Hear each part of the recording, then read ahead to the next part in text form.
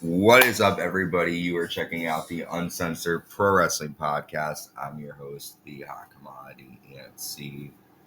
I'm joined by me, my own Hot Commodity. His name is Me, and he's got a little George Washington ponytail. No, you turned around real fast. Did you think I was going to say something different? No. Because you know that's not a true statement. If I said it, I don't gotta lie. So, we have made our own time machine here for the past, well, I've been doing it for like years at this point, but we are in the summer of 2000 here. We've hit fully loaded, and the year's going by pretty fast, right? We've started 2000, I think, in like, let's say when, like maybe like October. Maybe. What did we start, 98 or 99? We ended 98 together. I still want you to go back to like 97. I will. I definitely will. There's some good stuff. There definitely The is. Hart Foundation, Brett and Stone Cold, Brett and Shawn. You sold me on this yesterday. Yeah. I'm eating a Sour Patch Kid. And they're sour. But then sweet. Like me. Yeah. Except for the sour part. You're sweet all the time. Oh, please. Yeah, you smile. And he likes to get compliments. So if you leave a comment, give him a bunch of compliments. And I'll see Laverne and Shirley. Anyways. So we're covering all of July 2000 in terms of movies and music. We've done every month so far. So we're going to cover July. So we'll cover, what should I do first? Movies or music? You pick. Movies. Movies? All right. So the top 10 movies of July 2000. And you were about to be a freshman pretty soon here. So number 10 is Pokemon, the movie. I never saw it, but I remember it was like cool because Mewtwo had like I don't know. I never really watched Pokemon, but like I knew the characters. Well, I did. I'm not gonna lie. I did watch the stupid cartoons sometimes, like after school, but like not like. I never saw it. Number 9. This is on last month's Me, Myself, and Irene. That's funny. With Jim Carrey. Yeah. Okay. I don't remember it. I think he like plays the cop. I like this one. Number 8 is Nutty Professor to the Clumps. Hercules. Is that one with Janet Jackson? Yeah. Yeah. Number 7, I love this movie. I want you to watch it. The Kid. What is it? The Kid. It's a Disney movie. Yep. What's With it Bruce about? Willis. It's about a guy who's like a businessman, and like he's kind of like an asshole. And he like wakes up one day and he goes downstairs and this like short, fat boy is in his house. And he realizes that's himself when he's younger. And the boy needs his help. He needs to go back and try to figure out what it is that the boy needs help with. To try to help himself. It's cute. It's really good. Number 6, Chicken Run, which I never watched. No idea. It's a cartoon. Number 5, What Lies Beneath. You ever seen that one? I don't think so. With Harrison Ford and it's a lot of people like it. It's good. It's interesting. It's good. It's a horror movie. Number 4 is The Patriot with Mel Gibson. I kind of want to see it. It's like about the Revolutionary War. Okay. Never saw it. Number 3 is X-Men. X-Men are cool. I like the X-Men movies. They're good. I'm sure I've seen that. All right. Number 2 is Scary Movie. The first one. I was never. So I probably find it funnier now. But... Oh yeah, you would like the second one. The second one's funny. I remember being a kid and like there's a scene where he gets like a hard on. Yeah. And I don't even remember or understood what was going on, but I just remember like this is strange. But you were like, I get those too. Yeah, sometimes. All right, the number 1 movie. What do you think it is?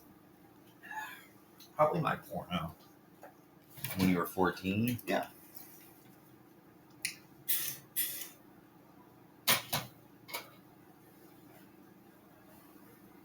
I don't know. Oh, well, you didn't. You just searched. You said you're porno, and then you just looked at me. I didn't understand what that was. No, I didn't have sex till I was 16. Okay, so the number one movie of July 2000, old fucker with your old school. I really appreciate your laugh because you're like an old person's laugh. Well, I'm old. I don't know why you say that. Then you make the face with you. Gonna be 40. 40, flirty, and fun. The number one movie of July 2000 is The Perfect Storm. Oh, I love that movie. It's a really good movie. I love that movie too. It's Definitely my watch. stepfather's favorite movie. Definitely watch that movie if you haven't seen it before. It's really good. It is. And I'm not really into a lot of it's very good though. Yeah. I just remember. It's got sexy Mark Wahlberg in it. Yeah, I remember the scene. I just being a kid because my mom used to watch it over and over again because she'd be dramatic and think that it's like my husband because my dad's a fisherman. Anyways, so we watched the movie and I just remember the scene where the guy has like the needle in his ass. They have to like give him medicine, I think. And I'm just a little kid and I see that I'm like, oh my god, is my dad having to deal with that? Anyways, The Perfect Storm. It is a good movie. I see why it's number one. And it's August. It's like July, summer. So I could see why that superhero movie would be number 3. And these bigger, longer movies would be more of the summer blockbusters. But let's talk about the songs of July 2000. Number 10, He Wasn't Man Enough. He wasn't man. Is that Tony Braxton? Yeah. I think so. I don't know that one. I know that. It's good. Number 9 is There You Go by Pink. There you go. Mm-hmm. Number 8, Jumpin' by Destiny's Child. Ladies, leave your man at home. 7, Higher by Creed. That's a good one. I like that song. Can you take me higher? Number 6, Absolutely. This is a story of a girl who cried a river and drowned the whole world. And while she looks so sad in photographs, I absolutely love her when she smiles. That was on Lizzie McGuire for me. That was my coming to terms with that song. Number 5, I Want to Know by Joe. I want to know what turns you. I don't really like that song, but there you go. Number 4, Try Again by Aaliyah. Number 3, Everything You Want by Vertical Horizon. That's been on the charts here for now a couple of months. Number 2, I like the song Bent by Matchbox 20. I'm bent, I'm too scared that I'll never get put back together. Give me in. I like that song. And then the number 1 song of July 2000, It's Gonna Be Me by NSYNC. I like that one. I'm not going to sing that one because everyone knows that one. And if you don't know it, then Spotify, Apple Music, whatever, YouTube, It's Gonna Be Me and sing. If you don't know it, give up on life. Well, you know. Sorry. Most of our listeners are they're in their mid. Everyone's going to know that song. They're going to know it. And if they don't know the song, they're going to know the meme. It's gonna be May. Anytime May comes, they post the night before, whatever, April 30th, they'll post the meme because they make fun of the way Justin Timberlake says, "Oh, you get it." Sorry, I didn't have you. We're not having good chemistry on here tonight. Yeah. We're missing some cues here. It's not your. I think I'm a little. It's never my fault. Yeah, no. All right, so let's keep on going with the wrestling portion of the podcast. We're covering WWF Fully Loaded 2000 live in Dallas, Texas. I said it was a good pay-per-view. Do you think I was full of shit? No, it was good. It was good. Yeah. I remember watching this one on, like I told you, they would record it and then I'd watch it, but I don't think I watched it live. I did remember watching SummerSlam live. You were like 7, so. Well, I did watch SummerSlam though, because after this pay-per-view was when I started to get hooked. SummerSlam's the next pay-per-view. Yeah. So I was excited to watch this one because I knew it was decent, but I was more excited because I knew I was going to finish it so we could get into like SummerSlam. So the first match we have Trish Stratus and T&A taking on Lita and the Hardy Boys here. I'm hoping Stone Cold comes back for SummerSlam. You'll have to wait and see. And pretty much this is a good opening match. Throughout the match, Trish kept running away from Lita, and it was basically a tag match between TNA and the Hardy Boys, and they held up pretty good. A lot of high-flying spots, but the end comes after Tess. Well, Lita lands a flying tornado DDT to Tess, and then a flying crossbody to Albert on the floor, and then a flying Hurricane Rana to Tess again for a 2 count. Tess then power bombs Lita. Trish tries to get the quick, easy pin, but Lita kicks out at 2. Trish lands a bulldog for a 2 count on Lita, but Lita superplexes Trish and then lands a moonsault, and Lita and the Hardy Boys get the victory. After Albert clotheslines Lita from behind, TNA take out the Hardy Boys, allowing Trish Stratus to whip Lita with a leather strap. What is Trish's fascination with Lita and straps? I don't know. She's kinky. But I hate Albert, and he was a little bitch for like beating up Lita. Like, ugh. I mean, yeah, I never was a big Albert person. Even now he's an asshole. A lot of people do like him, like, oh, he actually was really good and da da da. No, I don't think he was really good. He never had any good storylines ever. The only thing about him was just like his size, like he was just big. But other than that, and he looks like a leather daddy. He's nice. Yeah, but he's not like when I think of Daddy, I think of hot. Like I think you. I don't think of Albert. Now you put that in my head, and I'm getting grossed out. Yeah, but this match was pretty much to get Trish and Lita hands on each other, and to pretty much see them mix it up, even though like they didn't really mix it up till the end. Hopefully at SummerSlam we'll see a one-on-one with them. Yeah, we'll have to see. But good opening match, I think. And Trish and Lita did pretty good superplexing, and Lita was like a fucking like crazy woman here with the Hurricane Ranas attacking back and forth. But she had to be like just because she was trying to make it legitimate for women. Mm-hmm. Edge tells Mick Foley backstage that Christian has food poisoning him and has been throwing up. He's not feeling good, so Commissioner Foley is worried about him and decides that he's going to check on Christian in a little bit. We see The Undertaker chasing Kurt Angle on his motorcycle backstage. Eventually, Taker and Angle will meet in the ring, but this is just good humorous stuff for backstage segments back in the day. Our second match, we have Tazz versus Al Snow here. This match kind of sucked. It was like 3 minutes. Tazz lands an Alabama slam to Al. Al hits a flying leg drop and a moonsault for a 2 count. And then Az hits a modified... Did I say Az? Tazz. Az. Fuck Tazz. Az hits a modified suplex and a Tazz mission. And Tazz gets the victory here. We've talked about this on the last podcast, how Tazz doesn't really have a lot of momentum. You're not a big fan of his. But what did you think of the match, at least? Oh, yeah, it was basic. It was quick. It was kind of just like a time filler. Back then, they had a lot more matches on pay-per-view, so,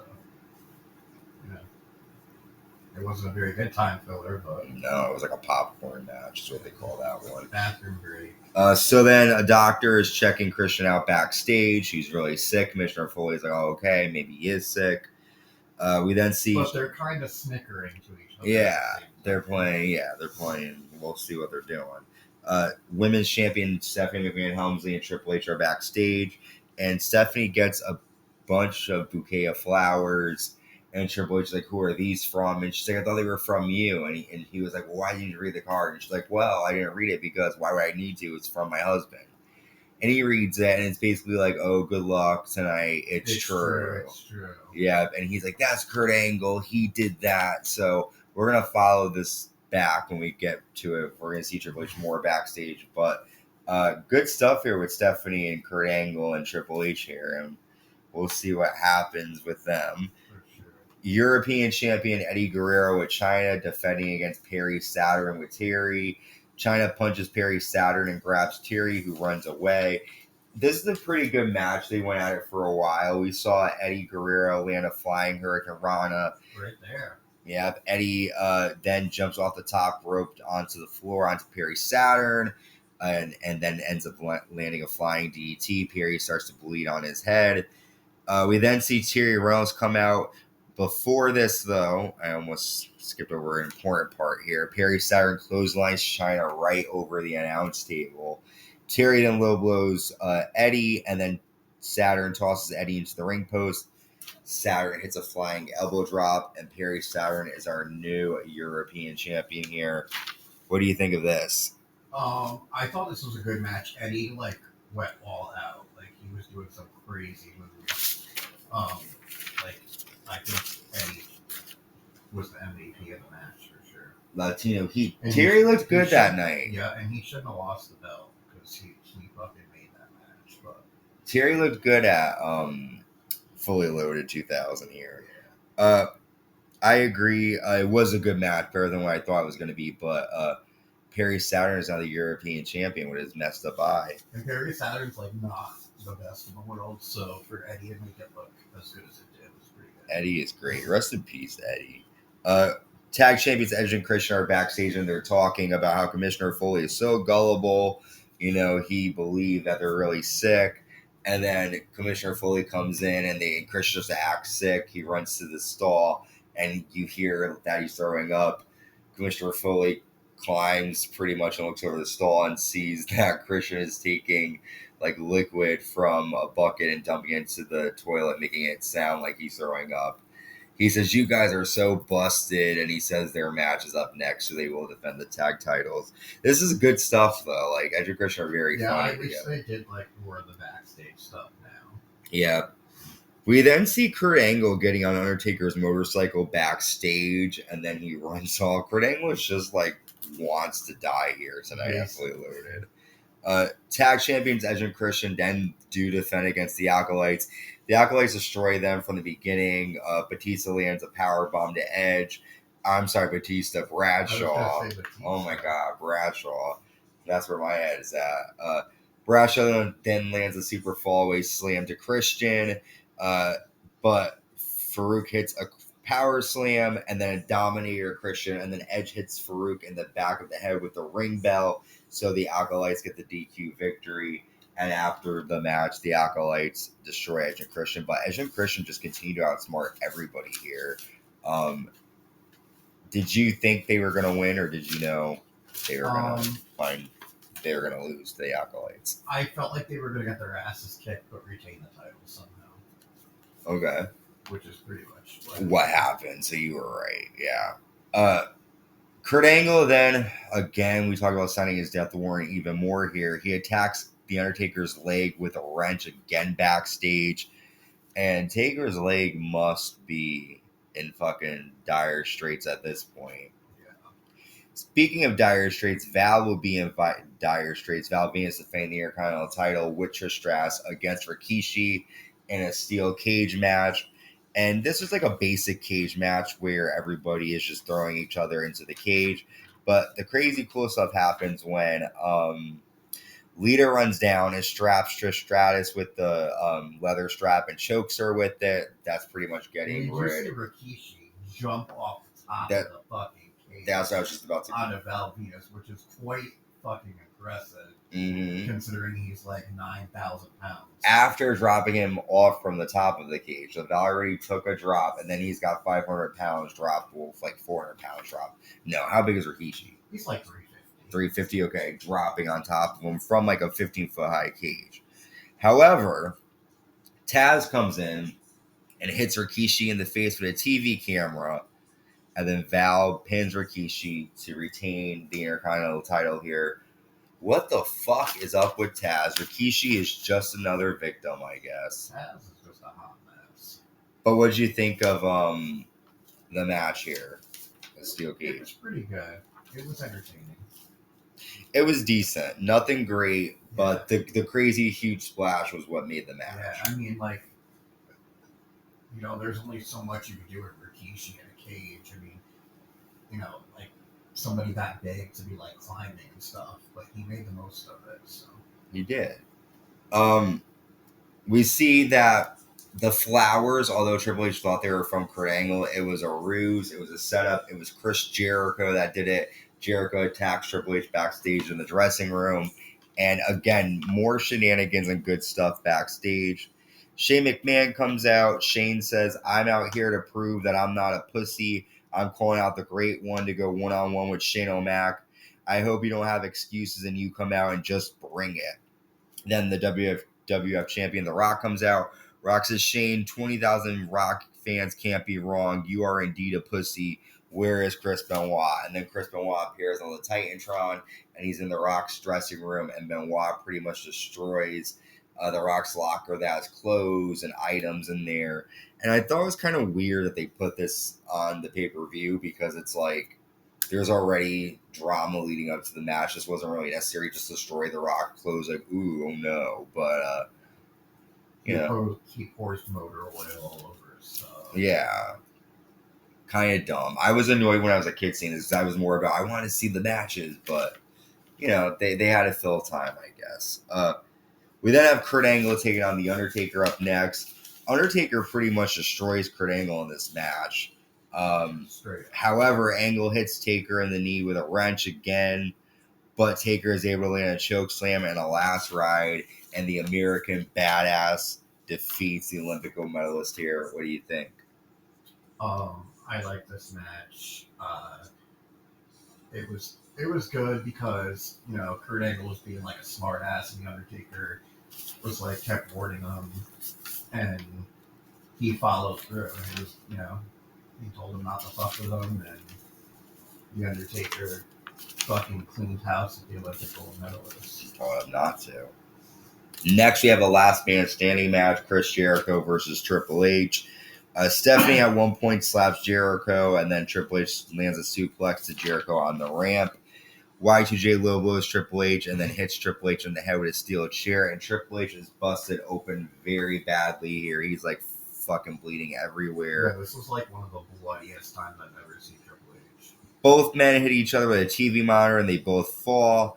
Jericho then applies the walls of Jericho. Stephanie goes to slap Jericho, so then Jericho says, fuck Triple H, I'm going to apply the walls of Jericho to the whore, and puts it on Stephanie McMahon Helmsley. And then Jericho hits Triple H in the ribs with a sledgehammer. Triple H then back suplexes Chris Jericho through an announce table, and Triple H is the last man to stand. He basically wins by a millisecond. Pretty much, yeah. So what did you think of that match? I thought it was really good, though. It was good. It was really cool. Triple H, it was very bloody.